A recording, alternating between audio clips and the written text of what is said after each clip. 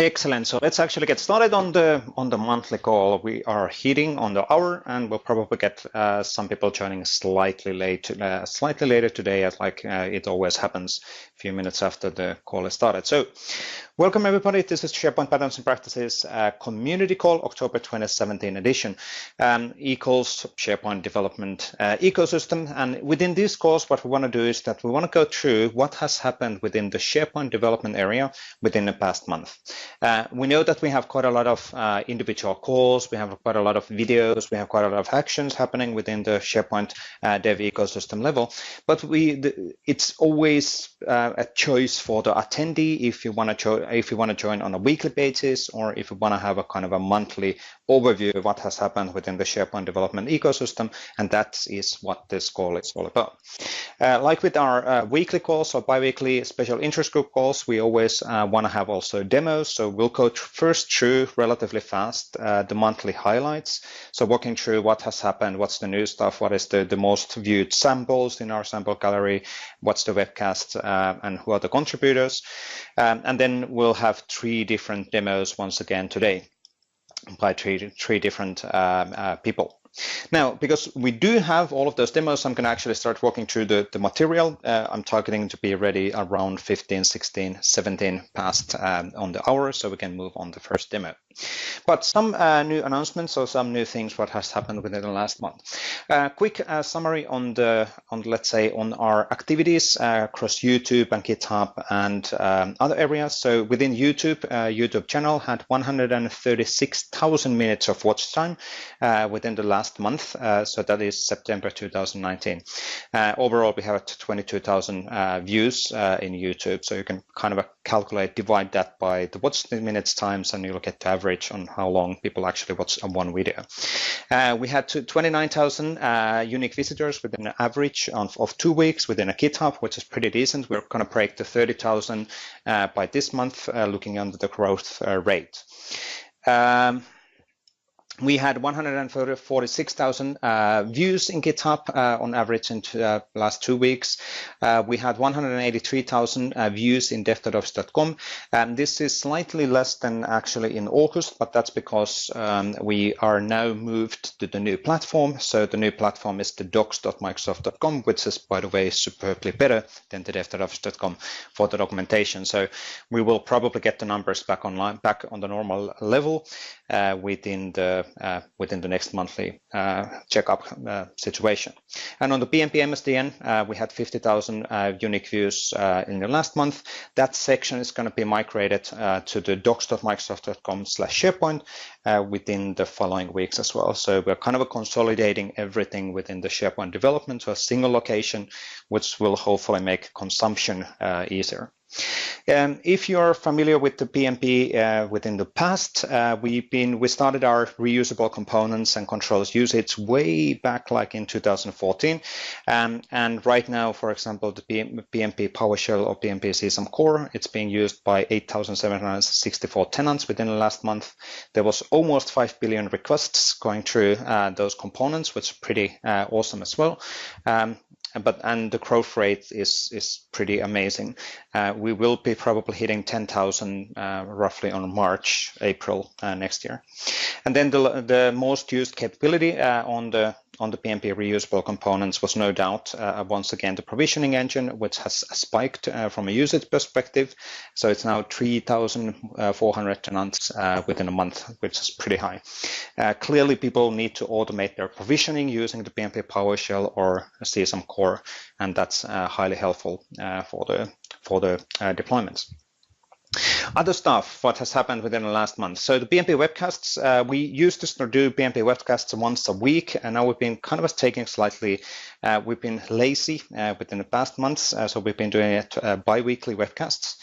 And within the last, let's say 6 or 5 weeks, we've released kind of 3 new webcasts. So the latest one is the deployment options for SharePoint Framework solution, which went live yesterday, and that really concentrates on the tenant scope deployment option and what does it actually mean for SharePoint Framework solution.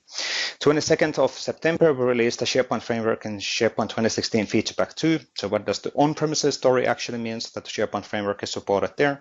And then back in 11th of September, there was an integrate client-side web part properties with SharePoint webcast. And I think, well, all of these are actually related on SharePoint Framework. We will have new webcasts coming up which are related on other areas as well. I think the next one actually will probably go live on next Monday, and that's around the custom modern theming in SharePoint Online. So how to actually create them and how to do them and how to control them and all of that. Now, on September 2017, this is the list of most viewed samples within our GitHub. We're tracking this sample usage or view in the every single MD file.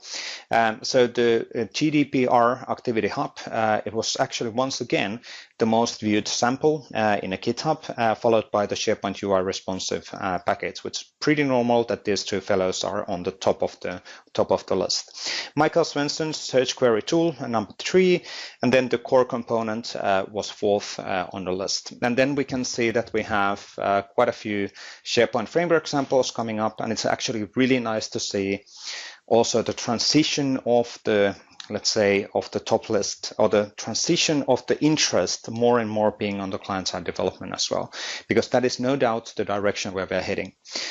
So looking into the SharePoint framework-based customizations. There's some classic scenarios there as well, like the client-side rendering or the branding stories as well, or the JS link. So nothing too special from this side. Now, if you are not super familiar with the PnP and you're kind of wondering and popping into this call first time ever, you're wondering, okay, what is this all about? So the SharePoint PnP is the SharePoint Dev ecosystem community site, and we provide guidance, videos, community calls, and all of that. So, and it's up to you, how do you actually engage with the SharePoint PnP based on your interest. So we do have a bi-weekly special interest group calls for SharePoint Framework and JavaScript development. We do have bi-weekly special interest group calls for SharePoint General Dev, CSM, and the provisioning side of the story, where we then concentrate on those specific areas. And those are bi-weekly, which basically means that there's a call every single Thursday at 7 a.m. Pacific time. And we do know that that's bad for Pacific time people, but it's a compromise between the multiple time zones within the world. And then if you don't have time to participate on those, you can always pop by in this monthly community calls to get a summary on what has actually happened within the last summer within the SharePoint development area in general. Now, the new stuff within this month. So we actually had quite a few super interesting new initiatives starting up within this month, and these are kind of related on the Ignite sessions as well. So one of the new things which was released first in Ignite, and that's only a start, is the reusable controls for your SharePoint framework solutions. So we started this initiative and it's driven, or the main development has been done by Elio. For time being, Elio Struth, and obviously we're looking into extending the contributors in this area as well. Our intention is to provide reusable controls which will increase the productivity of the developers when you are developing on top of the SharePoint framework. We are in sync with many people who've been doing this in the past as well, but what we want to do is that we want to do this as an initiative under the SharePoint engineering umbrella. So it's still an open source, community-driven initiative, but we from SharePoint Engineering, we're looking into and reviewing this code and making sure that there's no nasty surprises within the code. So open source still, but it's still underneath the engineering umbrella, which should give some level of a confidence for people to actually use these controls within their customizations. Right now, when we started, there's like 8 or 9 controls in general. So there's some controls which are related on the web part picker, web part editor, property editors, or property pane functionalities. And then there's some content controls as well, like, for example, the list view control and placeholder control. I'm going to show these in practice today as the final demo, just kind of a quick walkthrough what's available and where to find them. But if you do HTTP AKMS SPFX controls, you'll land to our content control repository in GitHub, where you can actually find more information from the wiki, and it has a link also to the property controls repository. And these are already out and absolutely usable for you within your customizations if needed. Now, the second big thing within this month was also the I have a typo. I didn't update the title on that one. I do apologize, but I updated the pictures. So reusable and the link, reusable sample solutions. So this is kind of something which is not meant to compete with any of our existing sample initiative, but these solutions or SharePoint framework solutions are meant to be more polished, more ready to use sample solutions or reference solutions, which you can use for demo purposes. For example, when you need to build something or have a look on how to achieve something from a customization perspective as well.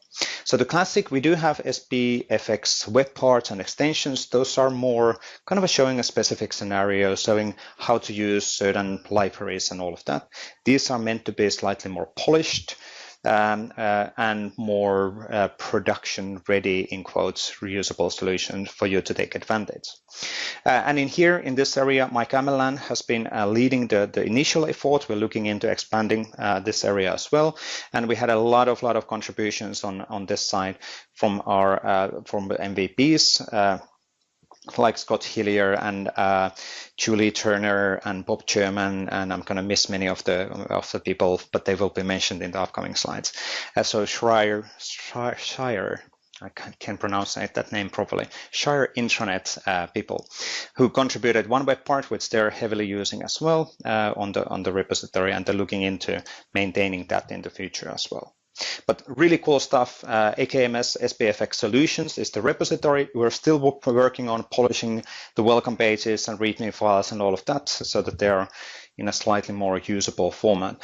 But super cool stuff, which you probably want to have a look if you're interested on building stuff on the SharePoint framework. Good. Moving on things. So 2017 October release, all of our SharePoint framework samples. We had 3 new web parts coming in. So the PnP controls, I'm going to use that one today to demonstrate the controls. React Image Magnifier, cool web part showing how to use image magnifier capability in browser. React YouTube for integrating with YouTube, cool web part as well. Awesome work on the README files around those as well. Then we have those new solution samples, which is change request content management, inventory checkout, links and handlebar template, which is the one from Shire Intranet, and then time away sample solution. Really great solutions and sample solutions which will help to understand how to build those kind of things in practice as well. And then we'll have a live demo today on the JS Common Vision API, which is actually a super cool scenario as well. So we'll have a live demo from Luis around that one. So how to actually get the metadata information for an image using the Microsoft Cognitive Services by using an extension. So super cool stuff. But I'll let Luis to actually show that one in practice. Now, on the other areas and the samples, we added a sample around managed code, which is hitting the REST APIs to create or provision communication sites. So this is something, this API was released as part of the Ignite announcements, and it's documented in the docs.microsoft.com/SharePoint area. Right now, that API, however, has a small glitch. So we are roughly at 20-25% of global tenants of that particular glitch getting fully fixed.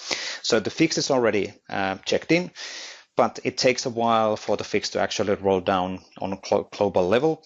So by end of this week, we should be in 100% level, and at that time, that sample will work without any issues. But it's basically showing what is the REST API and how does it actually work to create a communication sites remotely from SharePoint Online. We have quite a few videos and updated videos related on the SharePoint Framework extensibility update or moving into GA with that one, and a few PnP short videos, series videos. And we had massive amount of new guidance. So one of the things, if you're looking into SharePoint Framework development, one of the really cool set of guidance is the set of articles around the design guidance for SharePoint Framework. And these are coming actually from the people who are designing and making decisions around the UX layer of SharePoint Framework. So the people who actually are not necessarily coding SharePoint Framework, but are making decisions on how the behavior will be, how we will implement stuff internally in Microsoft. So they've been leading this effort around these articles. There's a lot of other articles there as well. We'll have the presentation available for you within the video notes whenever the video goes live within 24 hours. So you can actually find those if you're not familiar on the new locations of our documents. And that reminded me, maybe I'll actually paste in that in the IAM window so you can easily find the location. Now, there's also some additional documentations, like the modern theming documentation came out as part of the Ignite release. And there's a pretty cool article series around development with SharePoint multi-geo capabilities. So if we announce the multi-geo support in SharePoint Online, so you can actually have multi-geo, well, in quotes, multi-geo tenants, which are linked between each other. I'm not sure what's the right messaging of how to explain that, but you can have a kind of a main tenant and subtenants, so to say, in Asia and Europe, and main tenant in US, and those are getting replicated. And if you're a developer, you need to understand that how to figure out where a site collection is located on which geo and what does it actually then mean. So that guidance is now out. That's in a deep, it's in a beta level, but it's already in a relatively good set of good series, which is explaining where we're heading from a multi-geo perspective. And obviously, we updated all of the SharePoint Framework extension documentation because the GA actually happened a few weeks ago. There's a good question from Paul. I'm not going to answer that by myself, but Bert is on the call. Bert can actually answer that probably. So well, I can quickly answer that. Basically, individual tenants, geos will have their own URL. That's what it means. This is not a replication story. It is individual where the tenant or the geo is actually hosted. But good question. Now on the CSAM core and PowerShell side, nothing super major on this month. A lot of the core team members who are building this stuff has been super busy on the Ignite and building samples for Ignite and building story for Ignite. Maybe the most important thing here is a new PnP PowerShell called new PnP site, which you can use to create modern team sites, aka group sites or communication sites. So you can actually build already today using PnP PowerShell scripts, which are then provisioning these communication sites. The native support for SharePoint Online PowerShell, not the PnP PowerShell, the native support for PowerShell is coming slightly later. But you can already use the PnP PowerShell to actually create those sites if you're interested. And Irvin is going to do a demo on that one slightly later today.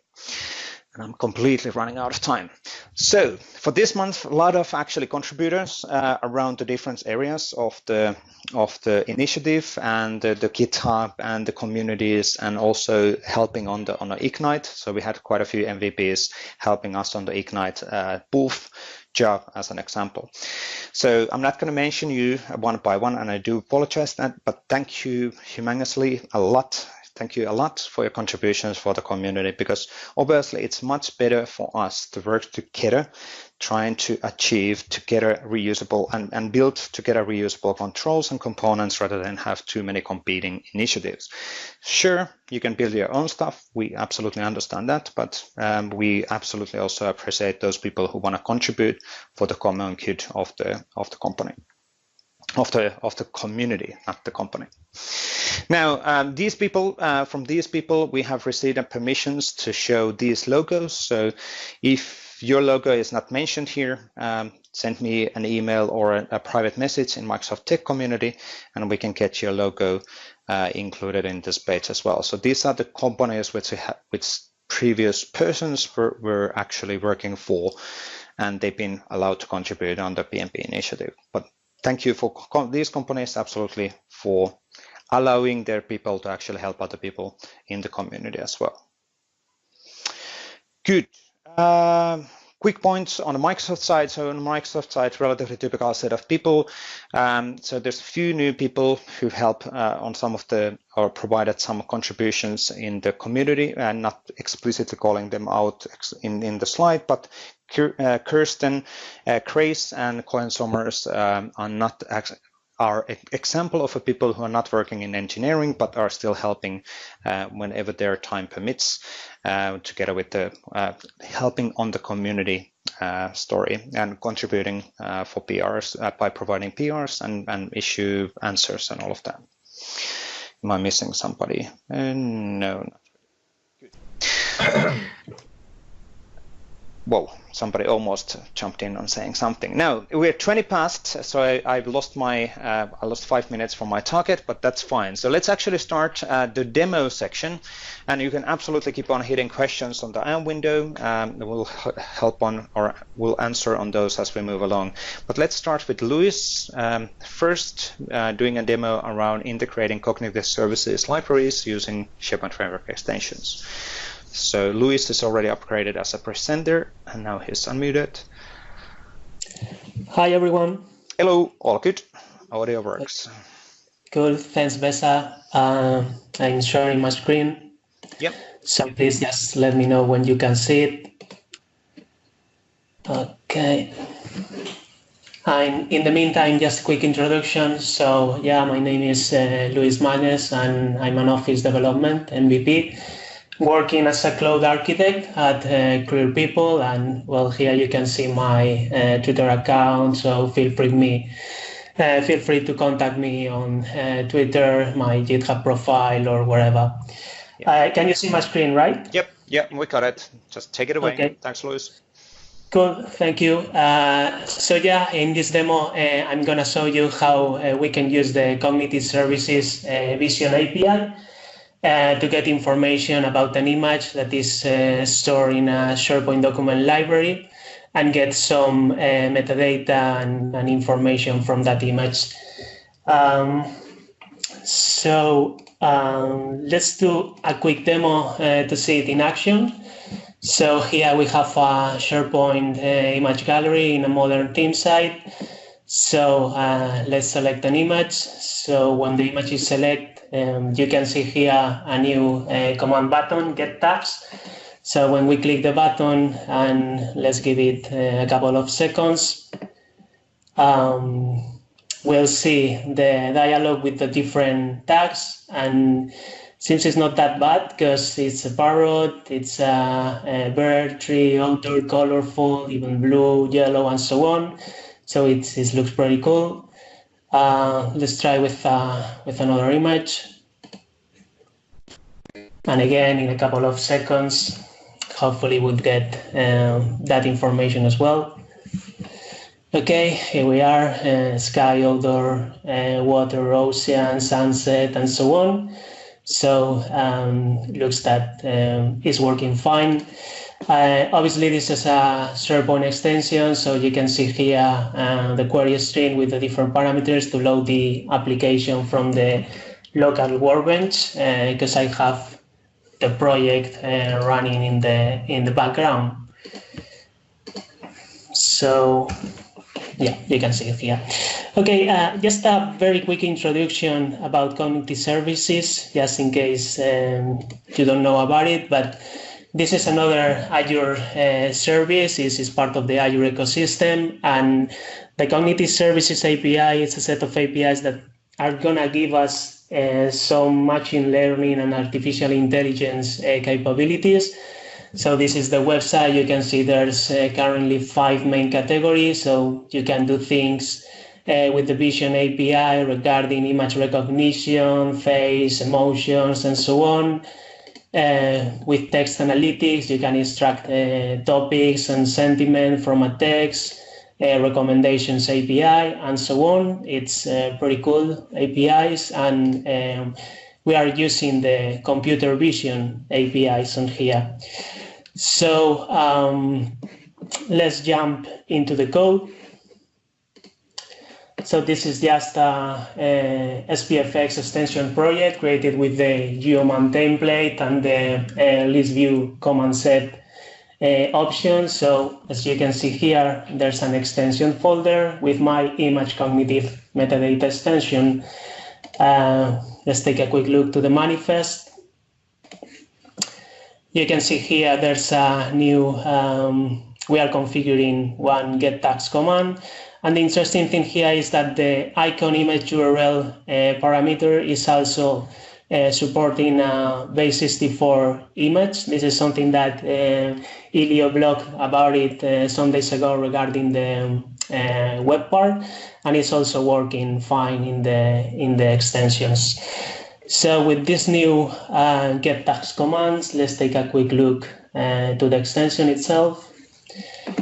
So when we create a list view command set extension, we have to override three methods, the onInit, the onListViewUpdated, and here on the onListViewUpdated, it fires every time something changes in the view. So a new item is select or unselect, or the view itself change, or we are showing tiles instead of the list items, and so on. And as you can see here, we have the cognitive services key. So that key is the one that we need to use the Vision API, and that's because we have to configure the service in Azure. So if we jump back to the browser and go to the Azure portal, we have the options to create a new service. So let's type cognitive services. So when you create the service, you enter a name, the subscription, and the important part is this API type, because you need to select the specific API type, so the computer vision or the text analytics or whatever. That means that if I want to use the computer vision but also the text analytics API, I have to configure two different cognitive services in my Azure portal. So one is selected the API, you just need to select the location and so on and click create. I'm not gonna do it because I have one already created. So if I go back to my dashboard, I have these cognitive services created on here, and you can see here the type is the computer vision API. This is the endpoint that we can call to get the information. And also in the key section, we have a couple of keys to use the API from code. So let's jump back to the code. So here is the API. This is the endpoint, and here you can see that I'm adding a query string with visual features. That's the different information that you want to get from the service. So you can get information from categories, description, faces, tags, and so on. I'm only showing the tags in the sample, but I'm getting more information from the image, and we'll take a look in a moment. So when we are overriding the onListViewUpdated method in this function, I'm just ensure that I'm showing the button, the get tags button, only when one specific item is selected. So in the onExecute is where all the magic is happening. So we need to check the item ID of the event variable, and if we are in the get tags command, then we have work to do. So the first thing that I'm doing here is getting the information of the specific selected item. So in the selected rows property in the event variable, we have all the selected items. And in this case, as we are only selected one image, the selected rows of 0 is getting all the information. And there's a property SP item URL with some interesting information, but actually let's take a look in the browser using the developer toolbars, because here if we just filter by this and we take a look to the last request, because the other ones were previous tests. So as you can see here, the selected rows is giving us all this information for the specific file. And there's an interesting SP item URL here. So if we take a look, this seems another SharePoint API endpoint. So if we open that endpoint in a new browser, you can see more information about the image, like height, width, the size, and so on. But also the interesting part here is this content download URL. This is a pretty long link. And if we copy the link address, this is actually the download URL. But the interesting part is that it contains a temporary authentication token on it. So if we, for instance, open a Firefox browser and we go in private to this specific URL, you can see how it's downloading the image. So let's take a look. Yeah, this is the image. So it's interesting because you don't need authentication with that download URL. And this is interesting and very useful because when we are calling the Vision API, we can send the image URL or the content of the image in some kind of byte array of the image content. Obviously, working with byte arrays in JavaScript, it's a bit hard, so it's much easier if we can just provide the image URL to the cognitive service and get the different information. So if we go back to the, let's take a look because it's related with the question. If we paste here the image URL and we take a look to this temp query string, this is actually a JSON web token.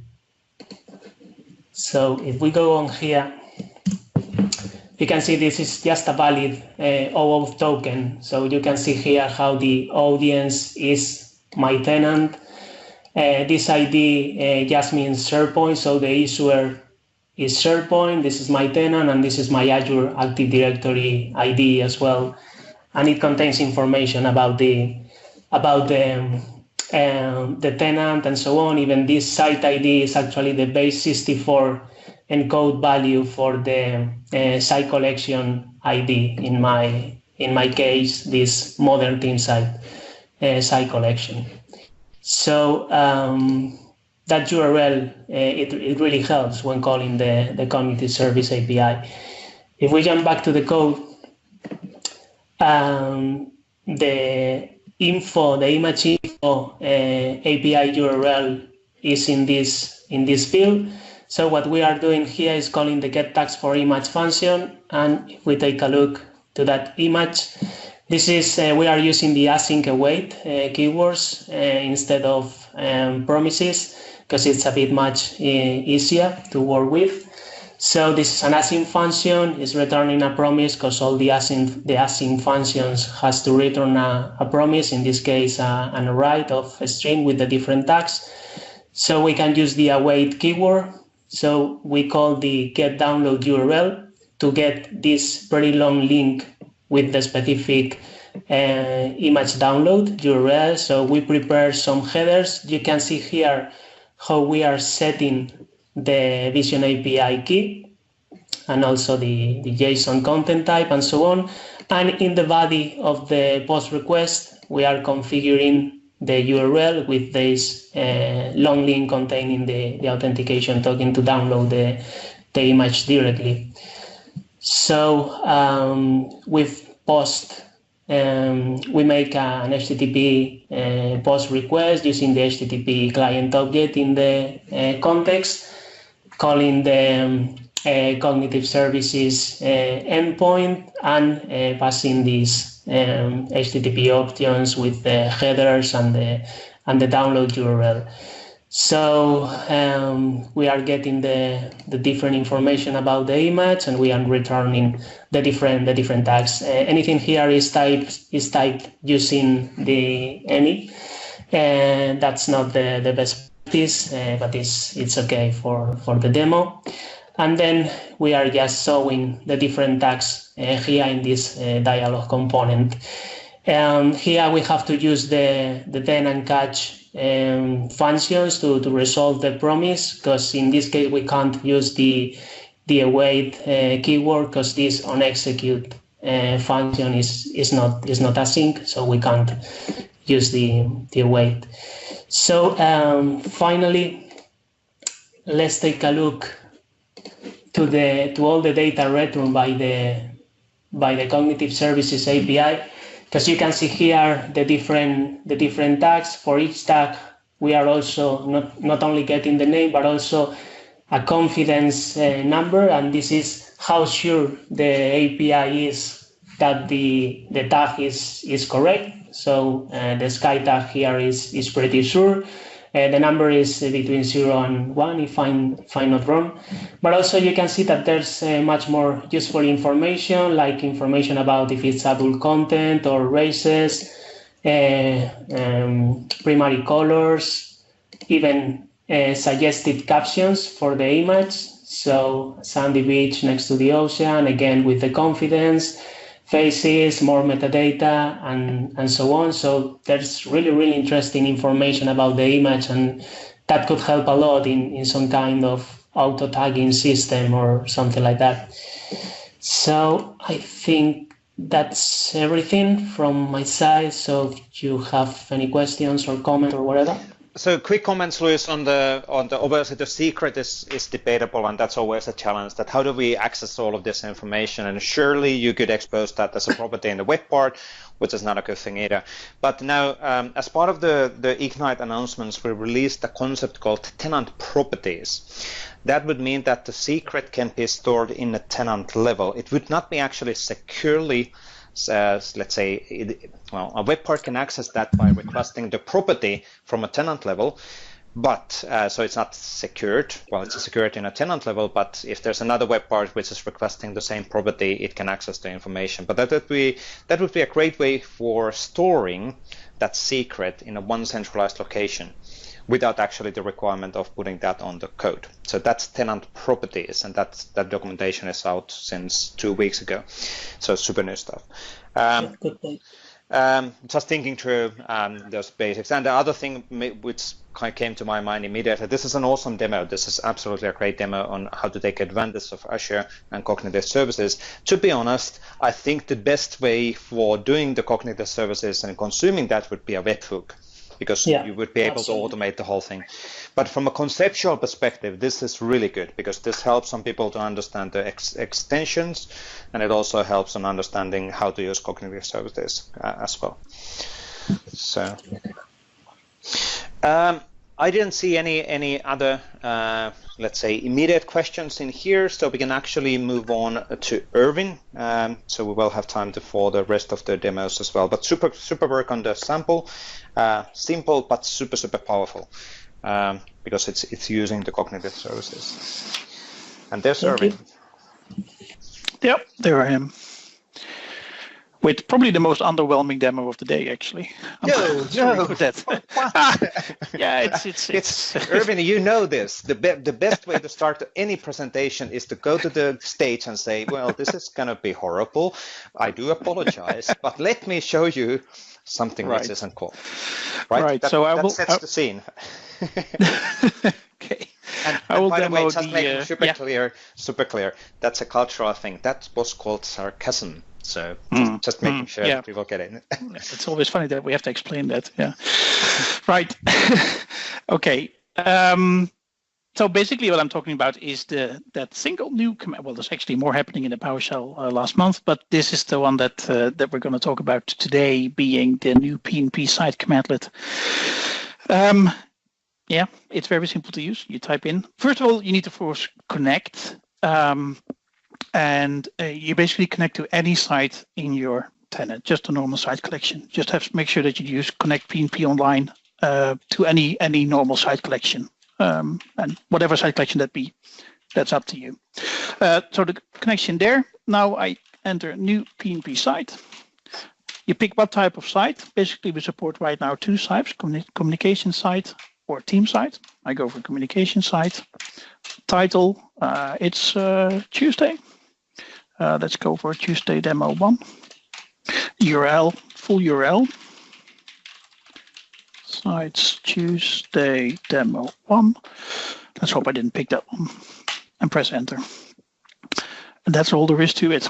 Takes a bit, a few seconds.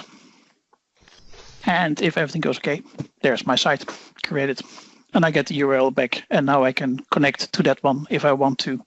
And use that site and do whatever I want to do with it. There's a couple of more parameters that might be interesting for you to use. And Erwin, I have to say, the reason why this is so simple, it is so awesome because everything is encapsulated behind of the scenes. So don't underestimate the power of the command-led.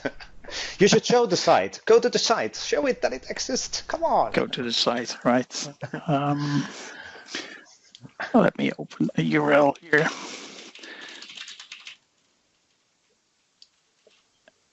SharePoint.com to the pick sites Tuesday demo 1 and authenticate.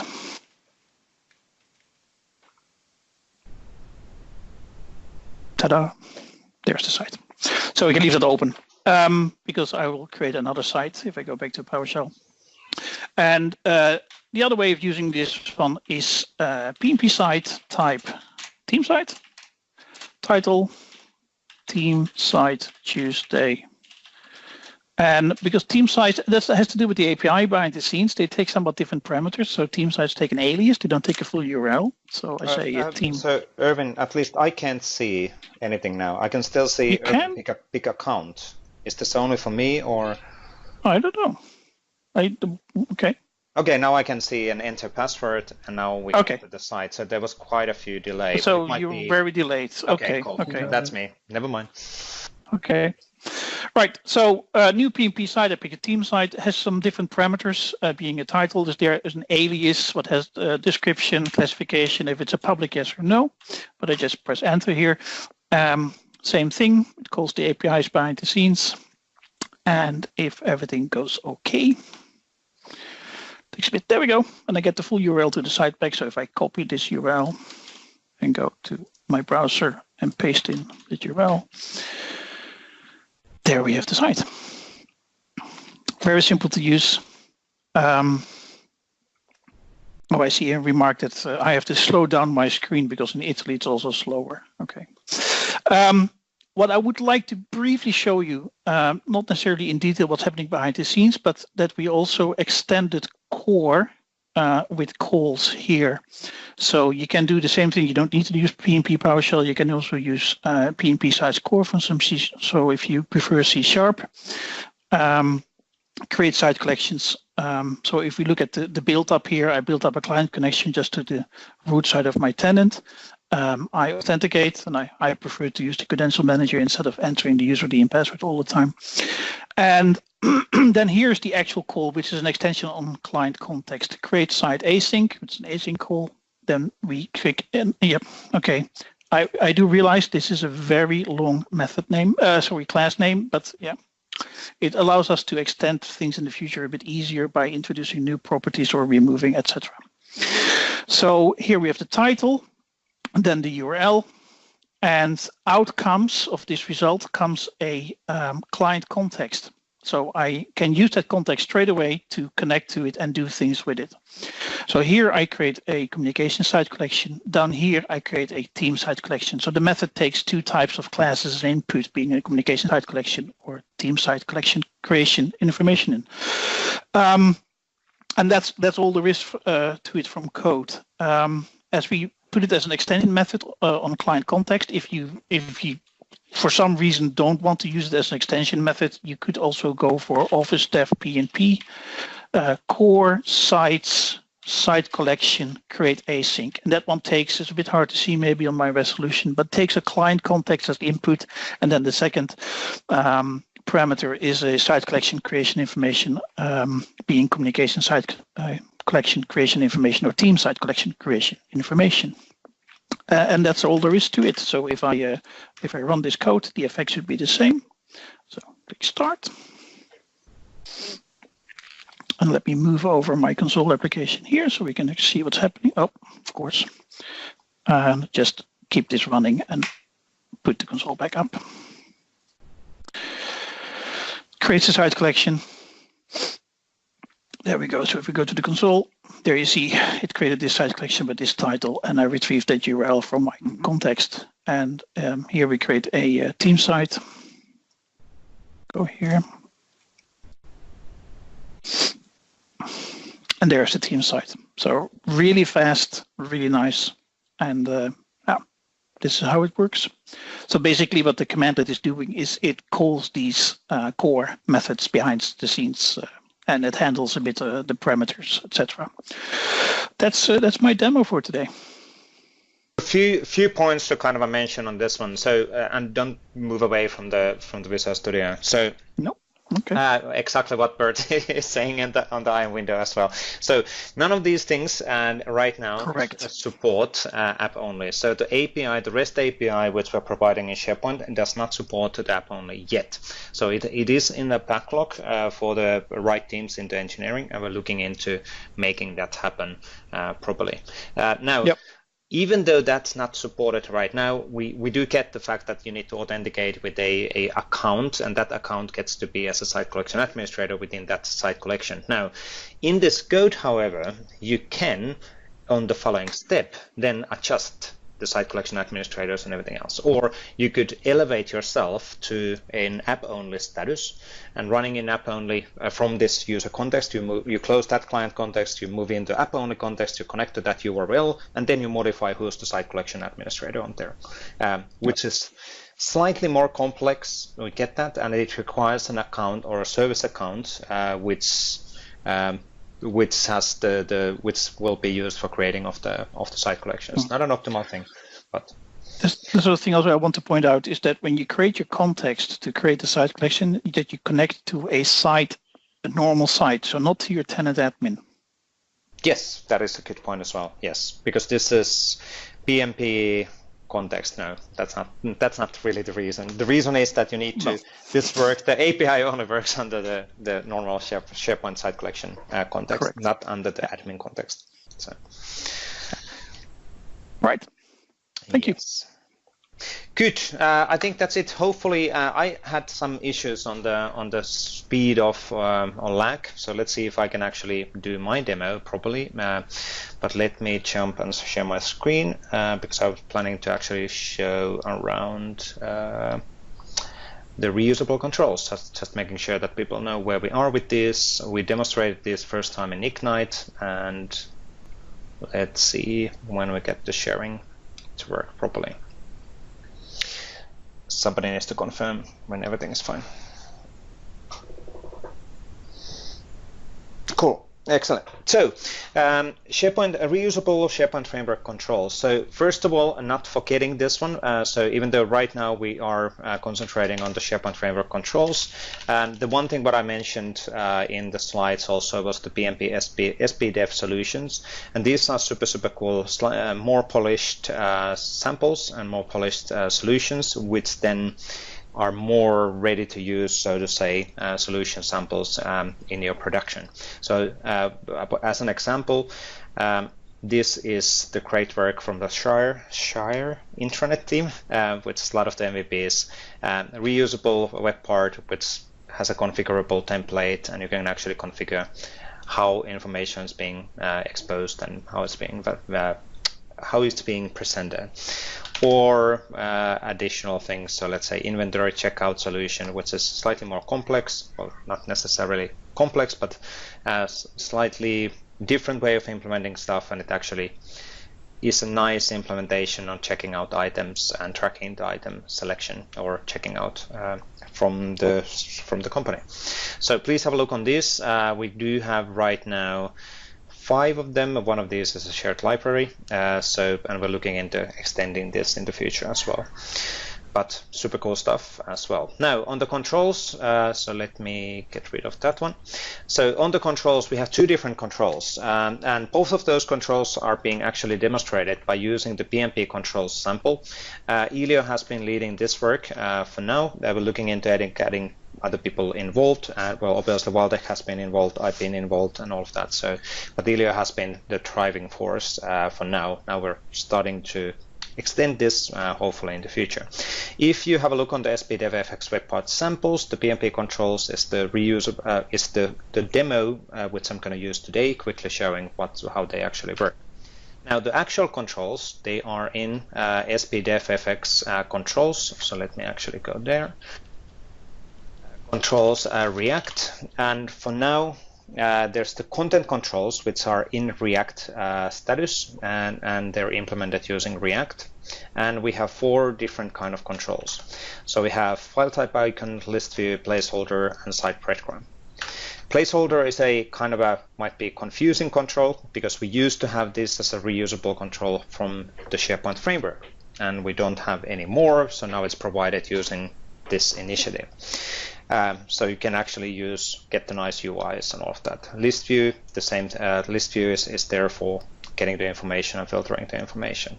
Now, maybe even more usable might be the property controls, and these are then for, let me go to the weekend documentation, to be used in the property pane of a web part. So as an example, list picker, you can control if it's a single or multi-picker, and then it adjusts its behavior based on the selections. Or taxonomy picker, which is there as well. So you can configure the settings. Does it support multi-selection or single selection?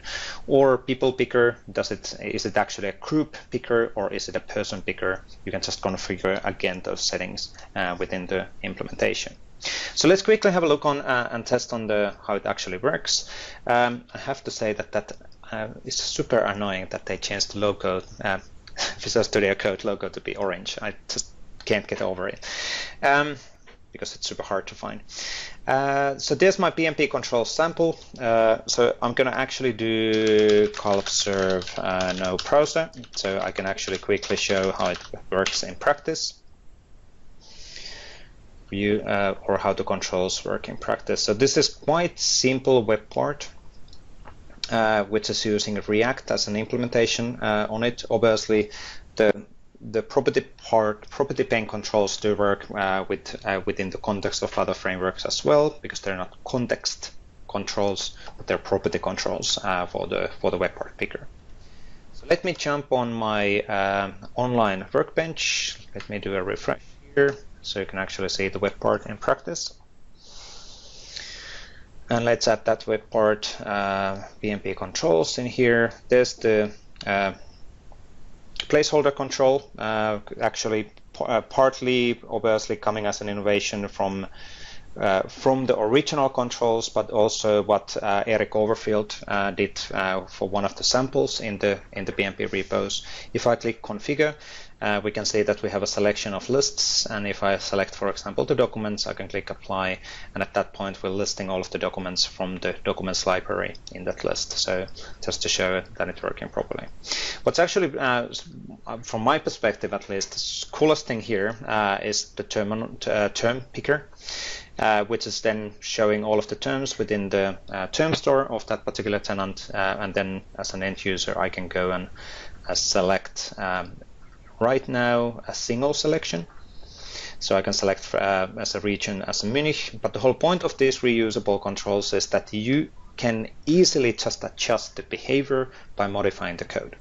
And this is really what we want to do within this with this in the future as well. So if I go back on my code and let's have a look on that taxonomy picker. There's a list picker, but we're looking into now having the taxonomy picker. There's a selection, or there's a property called allow multiple selections. And if I do true here, it's going to recompile the code.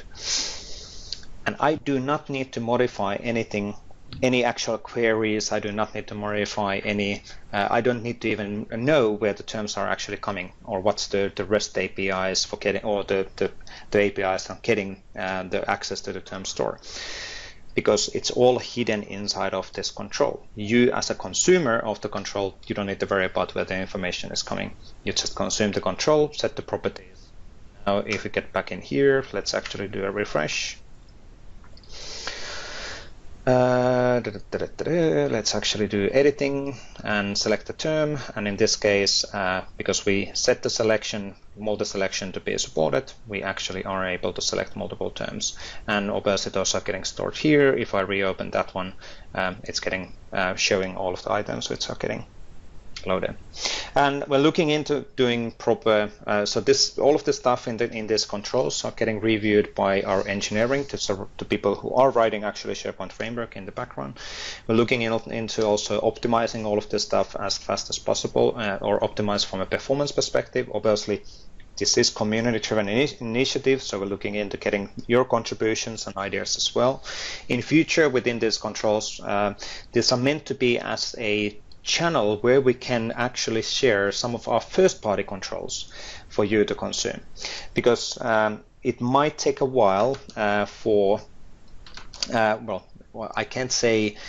I can't deny or confirm that will we never ever go open source with SharePoint framework. Who knows, that might happen at some point. But until that happens, we want you to be much more efficient, and we want to provide reusable controls from engineering for people to consume.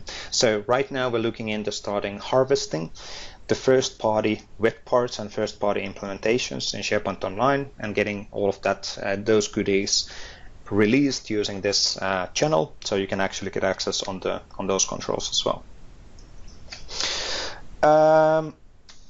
Now, there's a few questions. What about pagination or lazy loading in list view? I can't remember what's the current status on that one. Good question. Does it work correctly with large amount of items? My thinking is yes. I can confirm that. So that's really the thinking. This is right now the initial version which is out. You can absolutely have a look on the code and how they behave. If you go to the SPDEF FX controls React, that would be the React controls. And in here, you can have a look on the code. All of this is getting packaged and published using NPM, so you can reference the package dynamically from the NPM and use that within your implementation if you want to do that. If you don't want to do that, you can absolutely just have a look on the code and use the code, or re-consume the code from here if that is what you prefer. Again, up to you how do you want to approach this. We're looking into adding data providers here from the first party implementation. We're looking into adding many, well, tens and tens of different additional controls sooner or later, so that people can more efficiently write their own customizations or concentrate only on the web part implementation, which is super cool. Good, that's pretty much what I was planning to do. The only thing what I actually missed in my demo, let me do this. So if I do Control C, so let's actually cancel that and let me do plus. So this is something which we also demonstrated in Ignite. People are always asking around the F5 experience on the Visual Studio Code.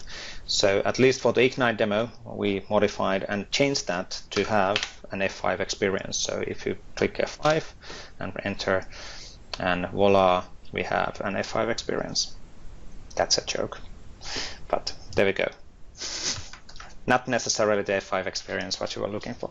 Now, like I said, this is initial start on the controls. We're looking into extending this initiative as we move along in a monthly basis as well. Oh, good point. Thank you, Paul, for mentioning that. I'm going to flip back on the slides so we can close up the call.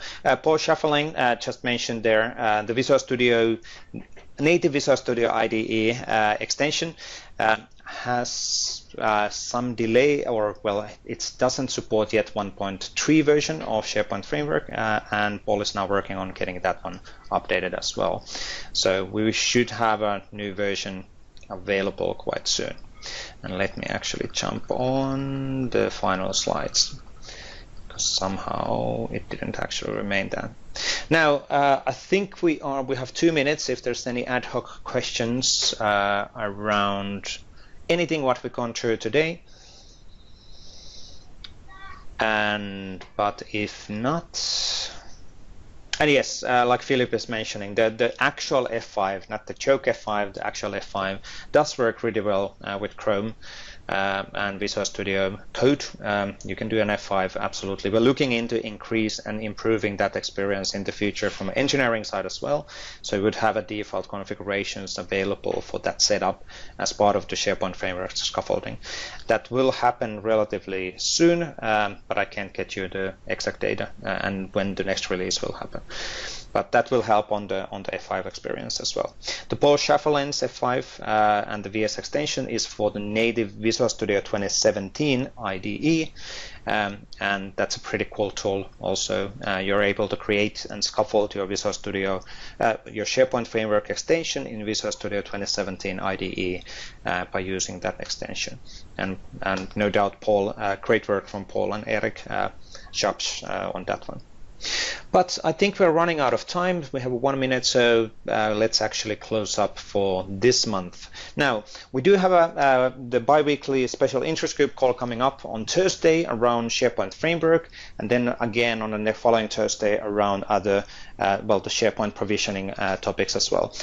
For this Thursday, we will probably concentrate on the tenant properties. We have a few other new things in our mind related on SharePoint Framework. So if you're interested on SharePoint Framework, have a look on AKMS SP PnP address. You can download the invite for the special interest group on the SharePoint Framework and join on that call and have an open discussion.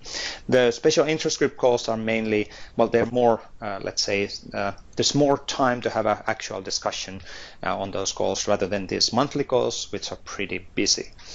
But thank you everybody for joining. And thank you everybody for your contributions and your input around the SharePoint dev ecosystem. Please keep on the feedback coming. We want to understand what's missing, where we can help you. If there's something which you're not happy, let us know and let's give us constructive feedback, and we're trying to address those things as fast as possible, depending obviously on the resources what we have in our hands as well. But thank you everybody for joining, and let's absolutely stay in touch. And the video will be out in YouTube within 24 hours. Thank you.